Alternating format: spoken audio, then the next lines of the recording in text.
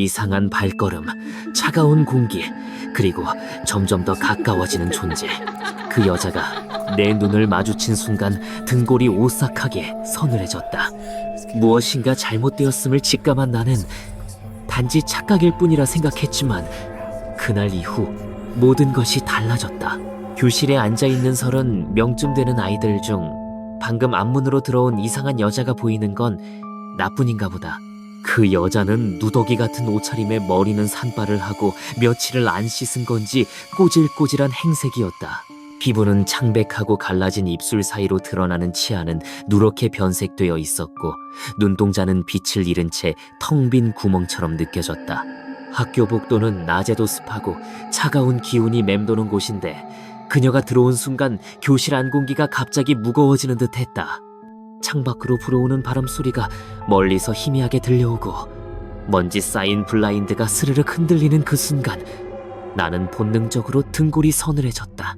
수업 중인 교실에 당당하게 앞문으로 들어왔는데도 어째서인지 선생님도 다른 아이들도 눈치를 못 챈 것 같았다. 선생님은 칠판에 분필을 두드리며 아무 일 없다는 듯이 수업을 진행했고 아이들은 심드렁한 표정으로 졸음을 참아가며 5교시를 듣고 있었다. 교실 안은 평소처럼 지루한 공기로 가득 차 있었어요.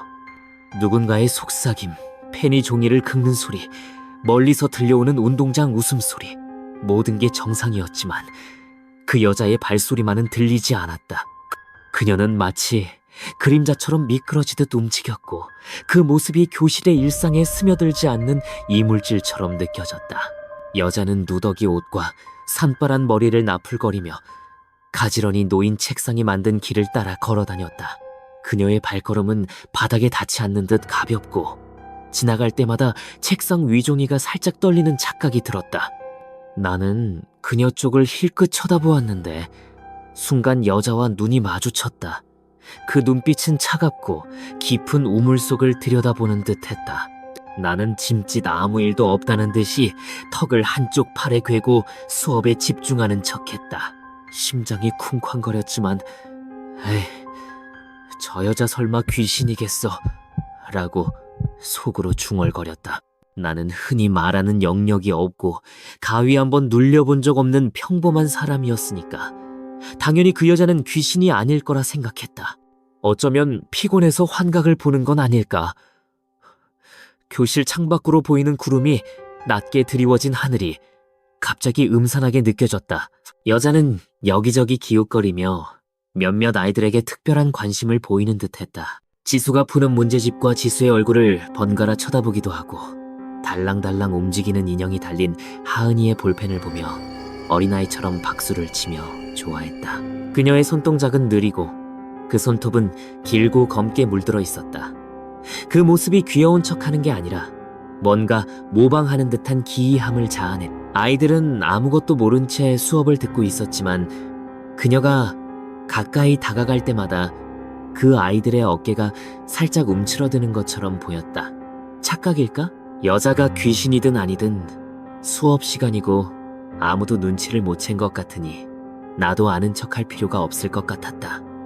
저승의 존재라면 더더욱 아는 척해선 안 된다는 걸 수많은 공포 이야기를 읽으며 익힌 지식 중 하나였다. 그냥 무시하자. 곧 사라지겠지. 나는 속으로 다짐하며 펜을 쥐었다. 자, 여기 3번 문제 풀어볼 사람? 나는 고개를 푹 숙였다. 선생님과 눈 마주쳐서 문제 푸는 사람이 되기 싫었기 때문이다. 교실 안이 순간 조용해지며 누군가의 한숨 소리가 들려왔다. 그 소리가 평소보다 길고 애절하게 느껴졌다. 오늘은 12월 4일이네. 12에서 4를 빼보자. 8번 나와. 호명당한 아이가 일어나려고 의자를 뒤로 빼는 소리를 들은 뒤 고개를 들었다. 맨 앞줄에 앉아있는 현정이의 목을 칼로 긋는 듯한 흉내를 내고 있는 여자를 보고 나도 모르게 히익하는 소리가 새어나왔다. 그녀의 손가락이 현정이의 목을 스치듯 움직였고 그 순간 현정이가 살짝 목을 만지는 게 보였다. 여자의 얼굴엔 기괴한 미소가 걸려 있었어요. 그 미소는 웃는 게 아니라 이를 드러내며 위협하는 듯했다. 휙! 여자가 내 쪽을 향해 고개를 돌렸다. 나는 공부에 열중하는 척 고개를 푹 숙이고 펜을 바삐 놀리며 여자가 눈치를 못 채기를 바랄 뿐이었다. 하지만 누군가 나를 빤히 쳐다보는 느낌이 들었다. 그 여자가 아니겠지 하며 고개는 움직이지 않고 눈만 살짝 들어보았더니 그 여자의 더러운 옷자락이 보였다. 그녀는 바로 내 책상 앞에 서 있었어요. 누더기 옷에서 풍겨오는 썩은 냄새가 코를 자극했고 그녀의 그림자가 내 교과서를 덮었다. 나는 계속 고개를 푹 숙인 채 교과서만 쳐다보고 있는데 그 여자가 안쪽으로 고개를 들이밀어 강제로 눈을 마주친 뒤 말했다. 거봐, 아까 눈 마주친 거 맞잖아. 쇳소리를 긁는 듯한 목소리의 여자, 웃음소리를 끝으로 아무 기억이 나지 않았다. 나는 그 상태에서 기절했다. 눈을 떴을 때 나는 교실 바닥에 쓰러져 있었다. 머리가 어지럽고 온몸이 식은땀으로 축축이 젖어 있었어요. 교실은 여전히 수업 중이었지만 아이들은 나를 둘러싸고 웅성거리고 있었고 선생님은 당황한 얼굴로 내 이름을 부르며 어깨를 흔들고 있었습니다. 지연아, 괜찮아? 무슨 일이야? 선생님의 목소리가 멀리서 메아리치듯 들렸지만 내 머릿속은 그 여자의 쇳소리 같은 웃음으로 가득 차 있었어요. 거봐, 아까 눈 마주친 거 맞잖아. 그 말은 마치 내 뇌에 각인된 듯 반복해서 울려 퍼졌습니다.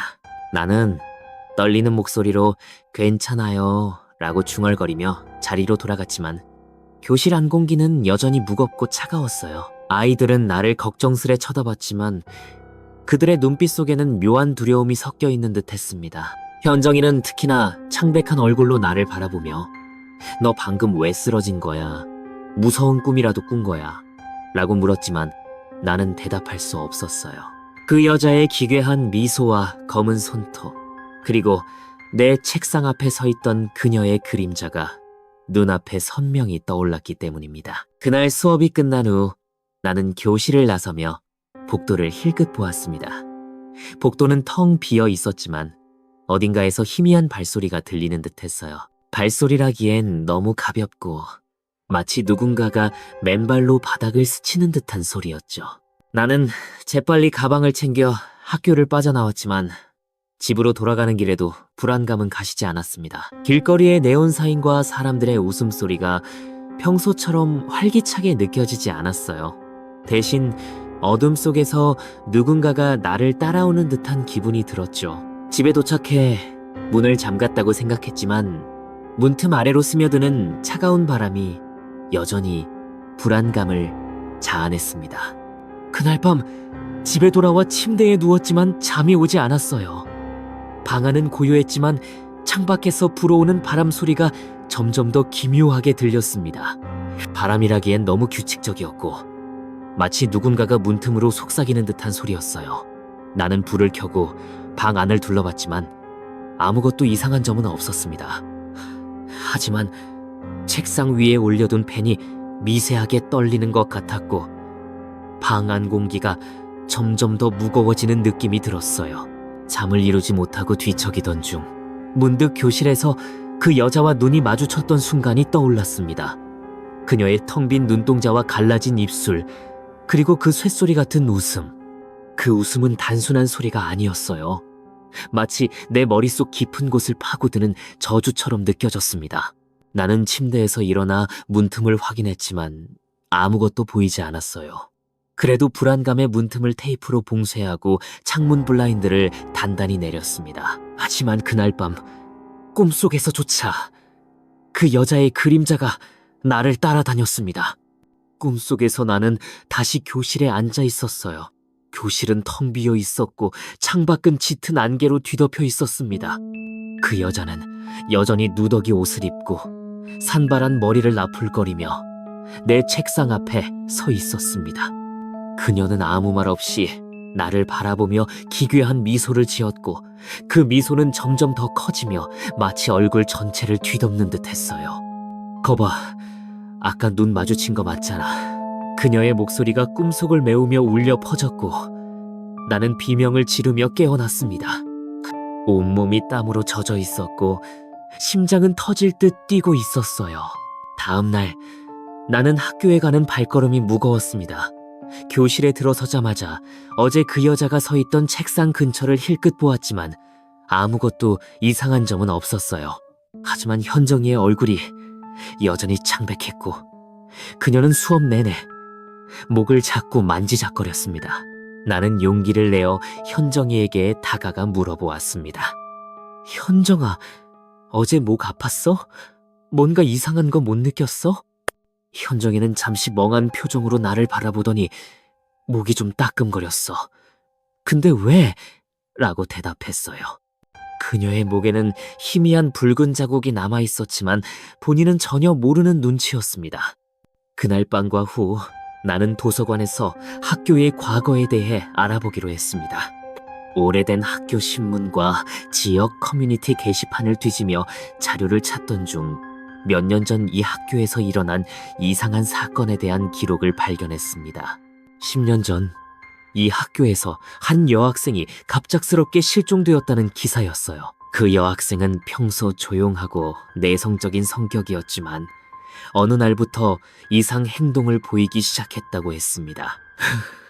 그녀는 수업 중에도 혼잣말을 중얼거리거나 복도에서 멍하니 서 있는 일이 많았다고 했어요. 그리고 어느 날 그녀는 교실에서 사라졌고 그 후로 아무도 그녀를 보지 못했다고 했습니다. 기사에는 그녀의 사진이 실려 있었는데 그 얼굴은 내가 교실에서 본 그 여자와 묘하게 닮아 있었습니다.